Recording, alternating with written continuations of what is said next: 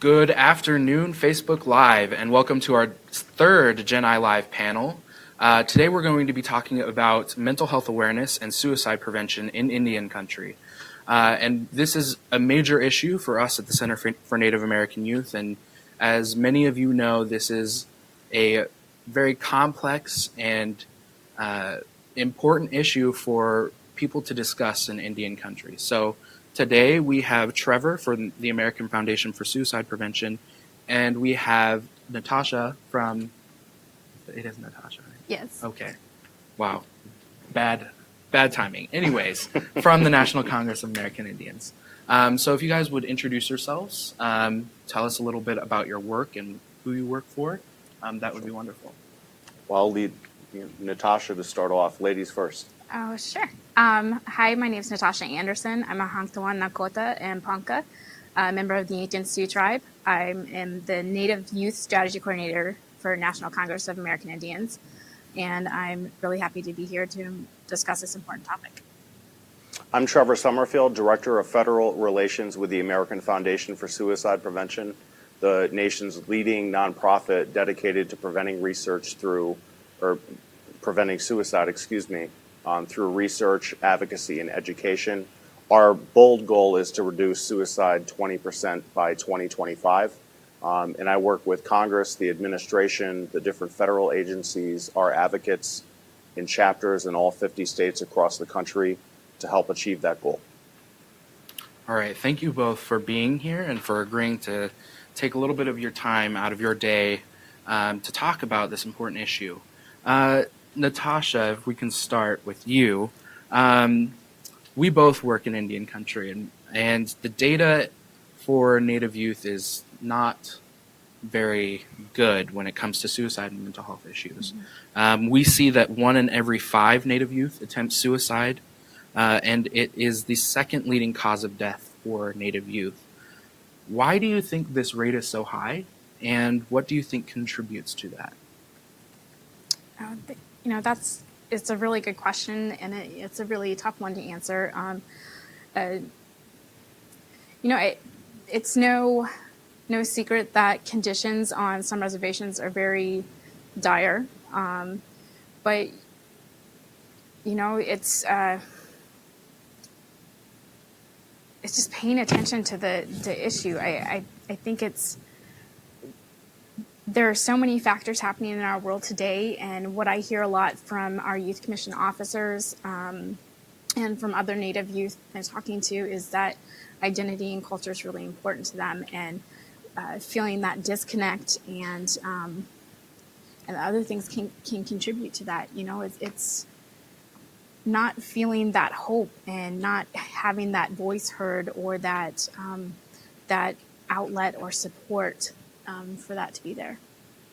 Yeah, and we see in our work that when you talk about generational trauma, when you talk about access to care or the lack thereof, these are things that are perpetuating the issue. Mm-hmm. So yeah, it's a tough situation for Native youth. Trevor, I want you to talk a little bit more about. It's estimated that nearly 1 million people engage in intentional self-harm. So this isn't something you necessarily hear when we're talking about suicide, but I'd like to hear your thoughts about why this happens, and to hear about what do you think some of the leading causes are of suicide for the population generally. Certainly in terms of leading causes, and actually to go back to your initial question there, I think more and more people are talking about the issue, and that's important. And that's a myth that we need to wipe out, because there are more and more people, certainly I think since I've been with AFSP for the last 9 years, more and more people that are coming under our umbrella are people with lived experiences, is what we call that.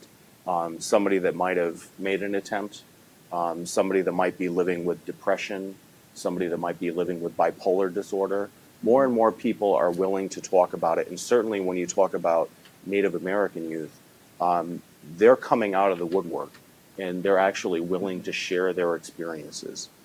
In terms of causes, and Natasha reflected on this, certainly we need access to treat people living with depression, people living with bipolar disorder.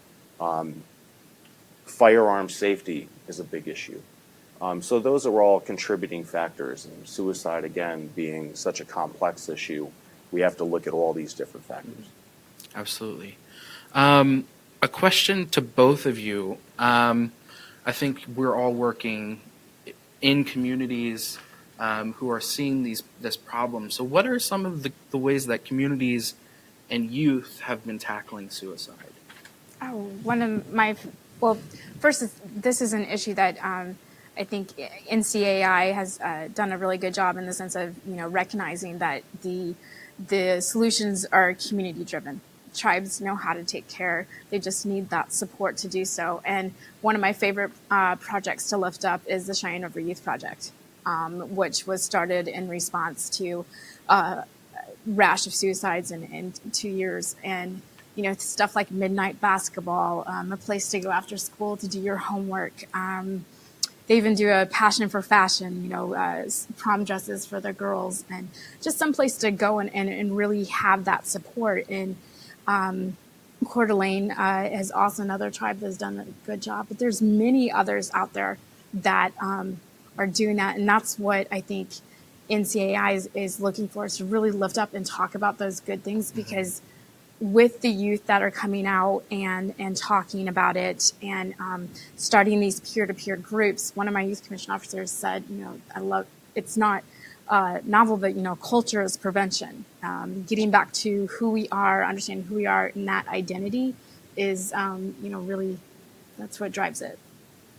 Yeah, and we see youth that we work with directly who are so passionate about this and who take this on as this is their sole goal in life, is to help their peers boost out of those kind of depressed places and help them realize that they're worth something in instances where the environment just doesn't let them. Yeah. What about you? I would tag on to those comments. I mean, I think I certainly just personally have learned a ton from working with groups like the Center for Native American Youth and CAI on the issue of connectedness and peer-to-peer support.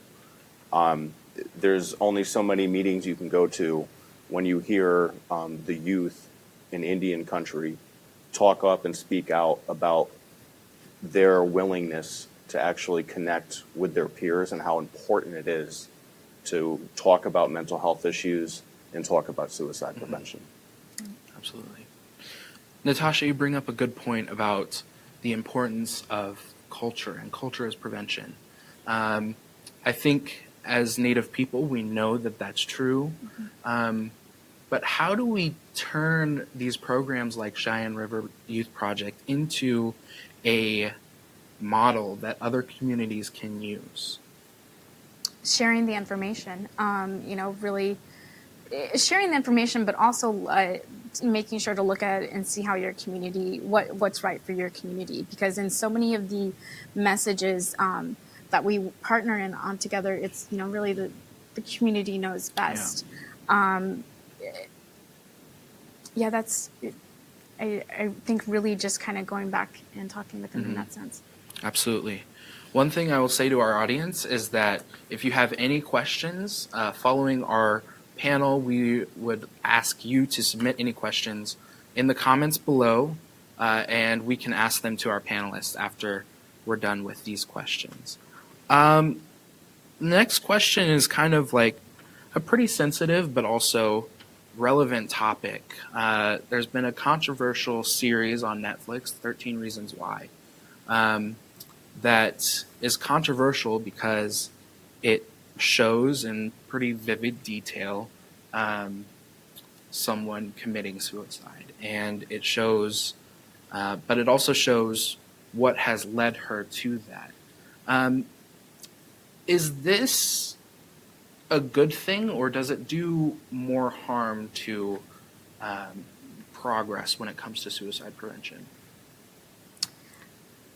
I'll let you speak more to. Sure. I'm sure you have a lot in general to say, but I can understand why there's controversy around it, but I would think we don't want to swing the pendulum too far, and send those that are finally like, there's a show talking about what I'm going through. This girl's going, feeling those things. You don't want to push it out. We're just getting that conversation, and because we have people that, hey, why can't you just be happy all the time? Yeah. We don't want to push that down. We're just now getting them to start talking. Well, I have to wear my suicide prevention hat and say, I think from our community, it's been said that it's a bad thing. I'm not sure if it's good or bad. And I think, just back to your question in general, we generally say die by suicide in the suicide prevention community, just because we don't want to throw out that word commit to perpetuate the stigma and make people feel like they're actually committing a crime when they take their own life, unfortunately. 13 Reasons Why is controversial, for sure. And I think there are some, if you have watched it, some basic takeaways from that. One, when I actually went through and watched it, I looked at the issue of bullying and some of the tapes that were discussed. And I don't mean that from a sense of that, it wasn't bullying all the time, but what we say in the suicide prevention community, it's not a reason to take your life. And we want to make sure that people know that if they come into struggle with their peers, with family, whoever it may be, that's not an end goal to take your own life. And then also, I think the one thing that I walked away from watching it was that it is important to understand that if you do decide to take your life, you're hurting a lot of family, friends. You're not gonna. It's absolute. So I think, I have mixed feelings about it. To be honest with you, but I don't think at the end of the game that it wasn't best portrayed how they actually showed this woman's. Well, and in trying to talk about those best practices or good things tribal communities are doing, like the Cheyenne River Youth Project and the outreach that the Center for Native American Youth does, is a show like that is, I worry, sensationalizing it. And I don't think anyone in Indian country is not aware of the stats that Native youth aren't aware of their actual situations, or tribes aren't aware that unemployment is high, that their mother or father, auntie and aunt or grandparents are having difficulty. Like, there's so much negativity to have another show when we have these youth that are so resilient, and these youth that are committed to leading these. One of your champions, her hashtag Code Purple. Code Purple, thank you.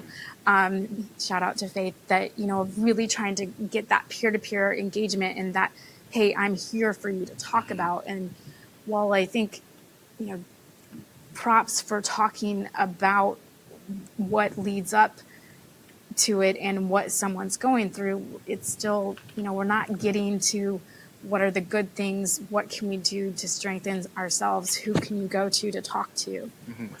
That's a great point, because one of my colleagues really woke me up on this, and she educated me before I even watched it. And she said it should have been called 13 Reasons Why Not. And really talked about how they could have done a better job of highlighting warning signs, certainly in Native American communities, where to go for help, because they know best. absolutely. And in our work, we try to be as very strengths focused and focusing on positive things, but you also have to, focus on the harsher data that is coming out of our communities to understand the positive things that are happening. Faith has done a wonderful job in her community. She's created this social media strategy called Code Purple, where basically if students or her peers are feeling in a way that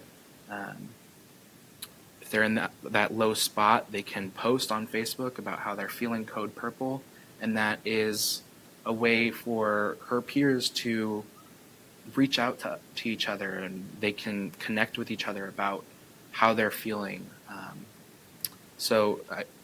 Yeah, Faith is amazing, and we love having her as a part of our I youth think group. social media has done a tremendous job of connecting people Yeah. that, somebody from North Dakota could never have talked to somebody in New Mexico even 10 years ago.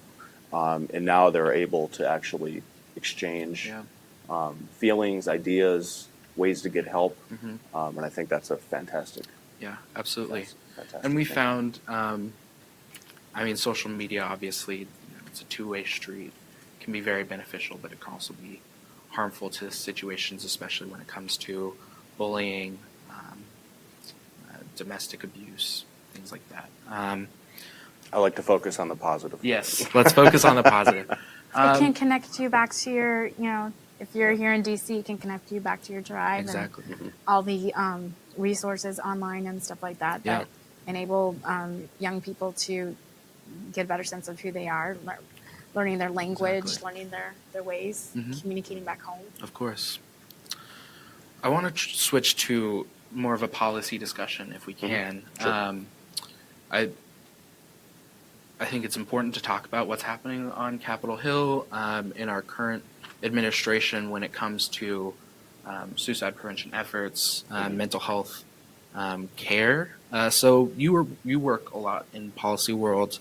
So I'd like to hear from you about what's happening in Congress, what's happening in state houses across the country when it comes to promoting mental health, promoting suicide prevention. We only have a half an hour. Yeah, yeah, Could talk about this all day. I think let me start at the local level. I'll go to the state and then go to the federal level.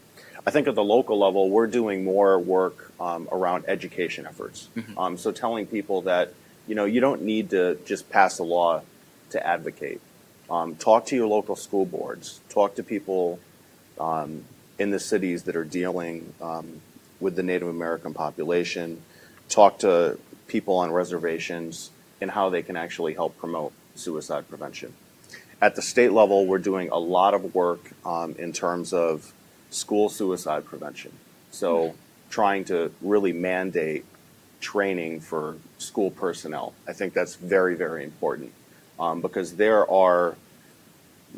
the contacts. I mean, lots of times, a lot of our youth are seeing school personnel, whether they be a teacher, a counselor, somebody that works in the cafeteria, somebody that drives the bus. They're seeing them more than they are their own parents.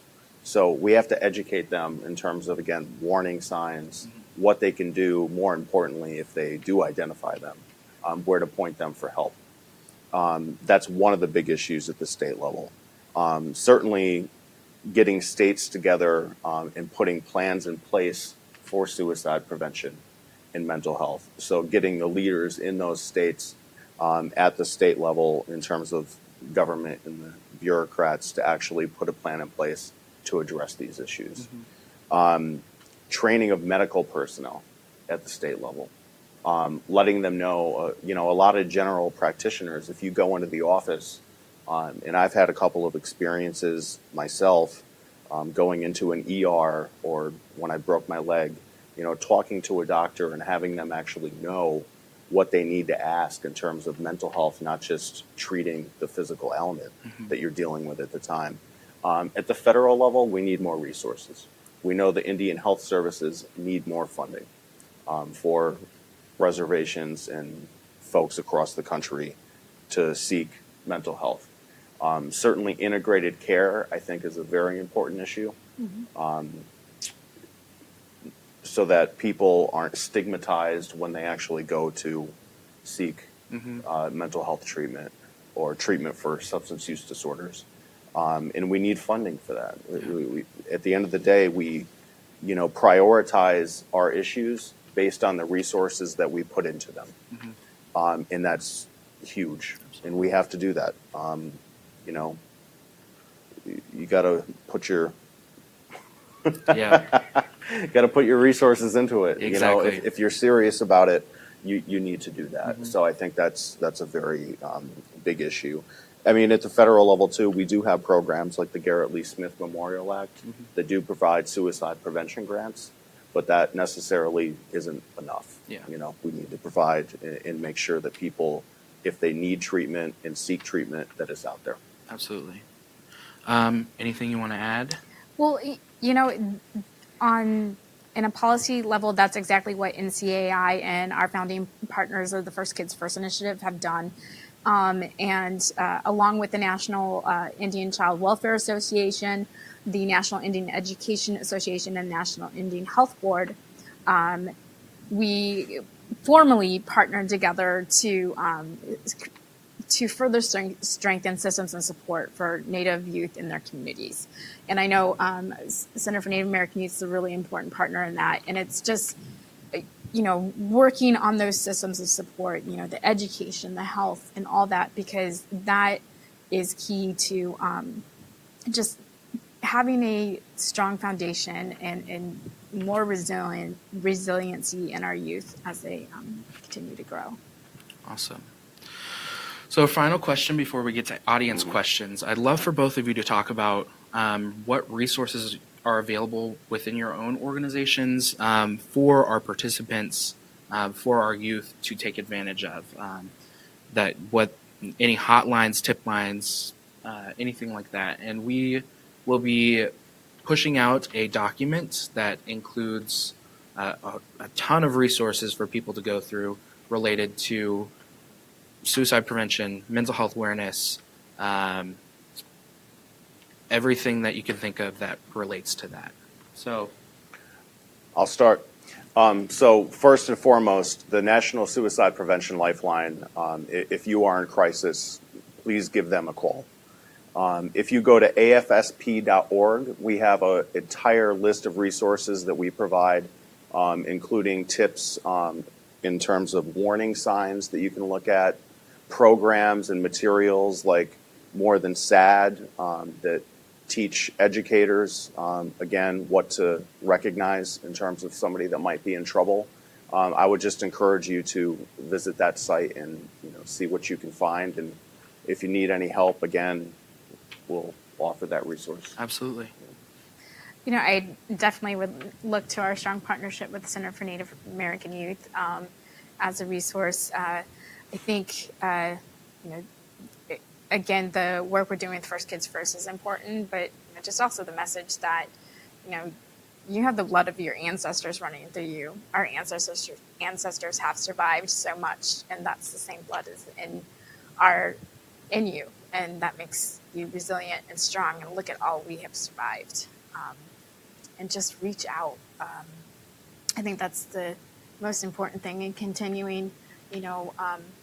I think the one thought I had before we got to the policy discussion was just talking about, you mentioned the historical trauma of remembering that paying attention to our parents, it starts with our kids, it starts with our youth, but also continuing to recognize that the self-care, the mindfulness and well-being at home is an example you can set for your kid, and youth can set for their younger brothers and sisters. Awesome. So we did have a couple questions that were submitted. So one of our youth, Braden, he does a lot of prevention work in his own community in Upper New York, Northern New York. Wait, hold on. I'm from New York. It's upstate New York. Yeah, upstate. I'm from the West Coast. I have to clarify that, yeah. All right. So, what are some successful examples of ways that funders support suicide prevention efforts, local suicide prevention efforts? Clarify that for me. So, what funding opportunities might be available, if you know of any, for youth or for organizations who want to get some funding for their suicide prevention efforts? Certainly, I mean, you've got to look to where the money is. So if there's a local philanthropist that's willing to reach out and help the community, that's one option. And then the other is, state and local grants. Again, something like the Garrett Lee Smith Memorial Act, grants through state departments of Health and Human Services, community and local efforts that might have grant opportunities to support these initiatives. Yeah, is where you would look. Absolutely. Anything to add? No, I think that really covers a lot. And then another question from Braden, who asked, what trainings and resources are available to youth who are interested in preventing suicide? Well, I think the one, and actually, I mean, we've done it here at the Center for Native American Youth, is Safe Talk. Absolutely. That's a quick 3-hour program that gives people the skills and utilities to actually, again, identify what might be going on in somebody's life if they are in danger and where to refer them to. Absolutely. Yeah. And you also have on your website a whole list of different resources and trainings. Correct. Right? Yep. All right. One more. Okay. From one of our youth, Teresa, she asks, what does integrated care mean to you? Systems working together. I think what's weird is that oftentimes behavioral health is kind of siloed off, and having a doctor visit not just be about that physical, about the entire person, the entire well-being, and behavioral health really needs to kind of be a bigger part of that. Yeah, I would totally agree with that. And I think, again, just from my experience and what I've heard from people, especially in Indian country, is that if you go to a centralized location that treats both physical and mental health and substance use disorders, you kind of eliminate that stigma as well that still exists. And you also, again, you've got to, if you're going in for something physical, people need the training and knowledge to actually ask the patient, hey, not only is your, arm hurting or whatever the ailment may be, but how are you feeling in general? Well, and how those are related. Yes. Like visiting the doctor, your intestinal problems, but maybe what's really going on at home, what's going on at school. And in an ideal way, in a tribal community, seeing, your behavioral health specialist, your teacher coming in and kind of having this, not task force, but, people coming together to be like keeping the communication open, because oftentimes the doctor isn't going to be talking to the behavioral health therapist or stuff like that, but making sure to, in an ideal integrated system, that the doctors are asking that additional question, because we're not just putting a Band-Aid on it. And I think tribes have so many tools for that, because our traditions and our culture, the way we can weave that in, and in some participating in NIPI ceremony or reaching out and just kind of blending those things together, because everything, the connectedness, is all connected. And we, circling back again to the historical trauma one, it's, my grandmother, my father's boarding schools, and, adoption, like how each parent doesn't realize how they're not passing on that trauma, but how we need to continue healing in all directions. As my boss often says, even if you were to go into a routine physical, you're not just getting a checkup, but you should get a checkup from the neck up. Absolutely.